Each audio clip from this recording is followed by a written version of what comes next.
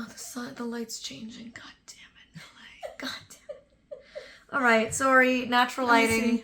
You might have to deal with... Actually, you look much better. Oh, fabulous. Yeah. Love that, actually. Okay, great. As we set up. Oh, don't roll. No. You're getting close to the edge, babe. You're getting too close to the edge for mommy's comfort. You know, because you just tend to fall. Hello. Hello, everyone. I thought you forgot how to say hello. Oh my god, I'm speechless. It's rare. Ignore the paw on my arm. It's been a busy day. It's been a busy, long day, but I wanted to sit down and tell this story while it's fresh in the mind, okay? This just happened last night, less than 24 hours ago. This happened around midnight, 11:30 at night. So, we've been working nonstop. I am doing a keynote on the 15th. Send me all the good vibes you've got. I wrote a whole new keynote, had to edit it multiple times. Obviously, you don't just like sit and write a 30-minute speech. And then I've been memorizing it, getting a performance ready. A lot goes into doing a full keynote. I've just been working on that every single day on top of doing just all the normal content stuff and meetings and blah, blah, blah, events. And so yesterday was Sunday and I was just exhausted, pooped, okay? I worked in the morning, got done what I needed to get done, then I filmed some content in the afternoon, and by the evening, I was like, I just want to lay in bed. So that's what I was doing. I was laying in bed, being lazy, living my best lazy girl life, with a cup of tea and a hot water bottle, and just watching TikTok and YouTube and all the things. And then I remembered that little Miss Adorable Rosanna Pansino had invited me to a little viewing party. And I was conflicted because I wanted to go be a supportive good friend, but I also wanted to stay in bed. It's been a weird winter in LA. Sometimes LA's winter is like as warm as summer. Sometimes it's rainy and gray all year. And sometimes it's just up and down. And this year has been up and down, but the downs have been extreme. So it's just very cold last night. I was like, argh. So the party was from 9 to 11 on a Sunday evening. I'm such an old lady. I was like, goodness. And I don't live close to her. LA's a big widespread city. It's like kind of a hike for me to get from where I live in the city to where she lives. But I was just like, no, you've got to do it, Molly. You'll be happy. So I dragged myself out of bed. I threw on like my color blocking Teddy Fresh sweater, some Lululemons, my cozy Uggs, and a big coat. Climbed into an Uber. My Uber driver on the way there was like kind of just like a weird vibe. Wasn't it? Yes. I don't know. Like there's nothing I can specifically tell you other than energetically something felt weird. So anyways, we get there, we end up putting Elton out in the backyard. He has a romp of a good time running around. I'm chatting with her sister Molly, with Ro, with Mike, with the mamas, like all the friends. It's good times. I'm munching on some pizza, got some Sour Patch Kids, like good times were had by all. We watched her in NCIS, which is what we were there for. We love to see our little queen on the big screen. So fun. And she did so good. Legitimately, I was like, wait, why is Ro, the baker, the best actor in the episode? She killed it. Slayed. Snaps for Ro. The snap cup. Funny. Thank you. I agree. Give this a thumbs up if you agree. I like you. I like you too, Neve. You're not half bad. I'll keep you around. We actually end up literally calling it at 10:55. The show has 5 minutes left in it. We call our Uber because, again, we've got to trek home. Because it was later on a Sunday night and it's a little bit further out there, I was like, I don't know, it might take a while to get one. So we call it. It comes really quick. My mom's like, it's here in 4 minutes. And I was like, the episode isn't even done for 5. But thankfully, we got to the end of the episode, hugged everyone, said goodbyes, dashed out to the car, and we get in. And immediately the guy was kind of being weird about the dog. And I had actually ordered an Uber pet because I didn't want to deal with any weirdness about the dog, which I do not legally have to do. It costs me more. I often have to wait longer for it. So for all the people who are always like, why don't service dog users just get Uber Pet? Because it costs more money and we don't have to legally. And disabled people should not have to pay more when there is already such a discrepancy in the amount of money that disabled people have because of the lack of employment opportunities and because of the way that the government is set up to keep disabled people in poverty. I digress. We shouldn't have to. But sometimes I just do. So I ordered the Uber Pet. So he wasn't being weird because it was a dog. He's an Uber Pet. He knew what he was doing. He was just like being weird about dogs. Like he was like, can I ask you like why people in this country, he wasn't from this country. He wasn't American.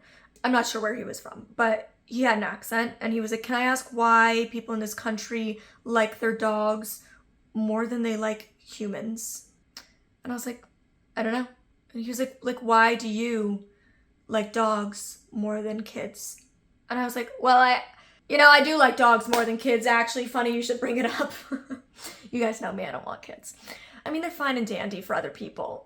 I like them at a distance, arm's length, at least at minimum. But I just made a joke about that and then went silent because I was like, this feels weird. And he was just playing very loud music the whole time, and I was like, great, okay, well, I get the clue. We're not gonna talk. So we just sat in the back seat, and I was tired, so I was literally just zoning out. I was just sitting there when will we get home? Thinking about my night routine that I had ahead. My mom, I don't know, were you just on your phone or something? Because you were silent too. It's rare that either of us are shutting up at the backs of an Uber. We're always the people to talk to the Uber driver. Yeah, by the end, we get out of the car with the whole life story. But this was just giving the vibe that he didn't want to talk. He was blasting music, which to me just gives this indicator, I don't want to talk to you. Yeah. So we're in the Hollywood area now. Hollywood is busy, pretty big streets, pretty wide streets. And we were at a street that was 4 lanes of traffic, so 2 on each side. And there was a gas station on the corner, a pizza place, and we're at a red light. I'm not thinking much of it, just sitting at the red light, as you do. When you come against a red light, you stop. So then we're sitting at the red light, and all of a sudden I hear my mom go, stop! And basically, our Uber driver hit a girl. Yeah. He goes to turn right on the red, which you're legally allowed to do in California, or at least in Los Angeles. But these 2 girls in their early 20s went to cross the street because they had the little white man telling them that they could cross the street. And the one girl, I know now from my mom describing, had backed up. And you guys know, I had this situation back in June. This was much worse than that, okay? So the one girl had backed up out of the way, but the other girl was already too far forward. The guy smacked her. She went up in the air and then landed on the ground, and the guy kind of kept going for a bit. I don't know if he was in shock or if he genuinely was that blinded, he truly did not see these girls and did not realize he just knocked a girl over and she is laying on the ground in the middle of the intersection. But my mom tells him to stop. He stops. He sits there for a few seconds. He gets out of the car. I don't know what's going on, and it is at this moment that my mom tells me. Now, she's sitting behind the driver. I'm sitting behind the passenger seat. We're in now the intersection. We're in the crosswalk, and the lights are going to change. We're sitting there. My mom and I are both in shock. She's looking out the window, what's happening? And I'm kind of should we get out of the car? I don't really feel safe sitting in the car blocking the intersection when the light's going to be green now because the car's behind. I don't know what they're going to do. It's 11:30 on a Sunday night in the dark. It's Hollywood. If you know, you know. So we get out of the car and go to the sidewalk. The girl is now crying, sitting on the corner with her friend. And her friend's like, are you okay? You okay? My mom's like, are you okay? She's crying because her knee hurts, but she's also very much in shock.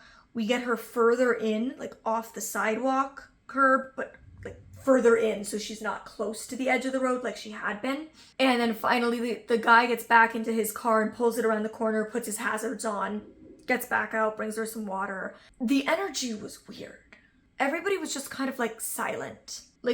I think everybody was just in shock, and none of the 5 of us knew what to do. We were all just standing there. I can't see anything that's going on, right? So I'm just kind of I feel useless right now. I can't see what's going on, so I... Thanks.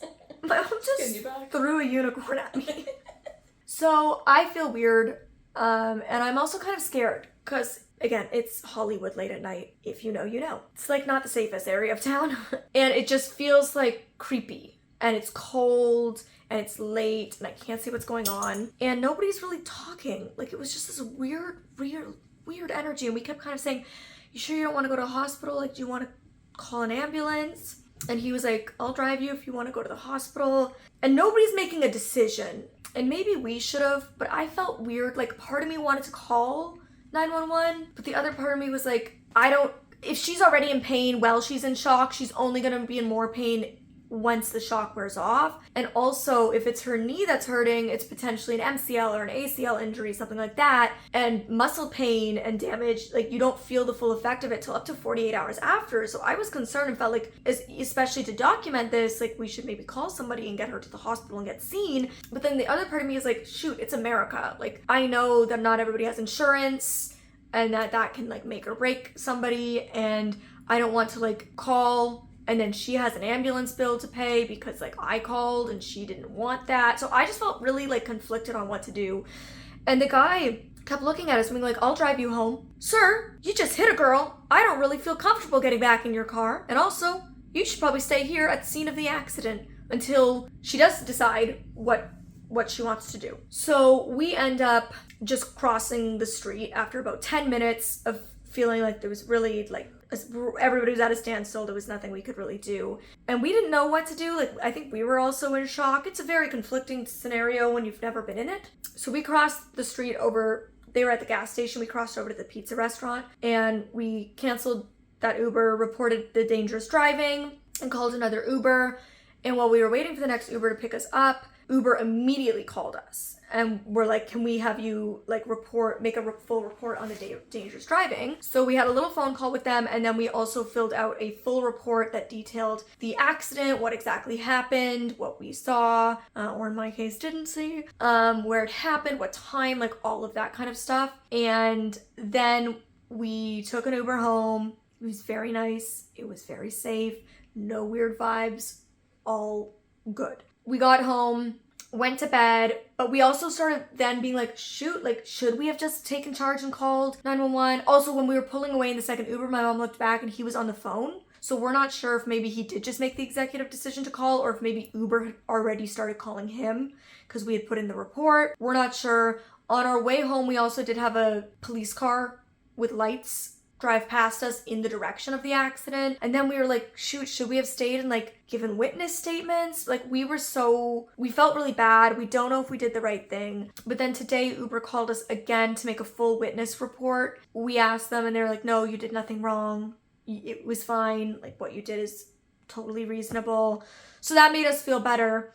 But yeah, it was just a really weird situation. Like, I don't know, you just don't think about getting in accidents when you're using public transit, which I would consider personally Uber and Lyft to be public transit. Really weird. I really hope she was okay. I hope Uber takes this seriously. I feel like they did. Yeah, I thought they were very good. They were very fast acting and really on top of it. And also, the night before, I had been driving home from an event with a friend and we were at a green light and the car in front of us like was not going. We waited a full cycle and it went green again and they still didn't go. So my friend like pulled around them and he looked into their car and he was like, it was just one person in the car.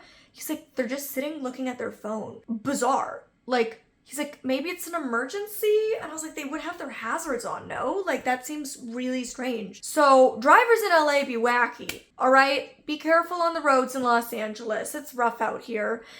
And that's my little story. That's it. That's the excitement. Wasn't very exciting. Mostly sad. I feel really bad for the girl. I know what it's like to be hit and mine wasn't even close to that bad. So I feel very bad for her because I know it's very shocking. And she just seems so like lost and in shock. So I don't know. What would you do in that situation? Please tell me. I hope I never have to encounter it again, but please tell me what you think I should do next time if I do end up in this situation. And that's it. Be safe out there, my friends. And until next time, you can click over here for another story time or over here to hear why I think that this guy back here, Mr. Floofy Elton John, is actually the reincarnation of my first guide dog, Gypsy. Ooh.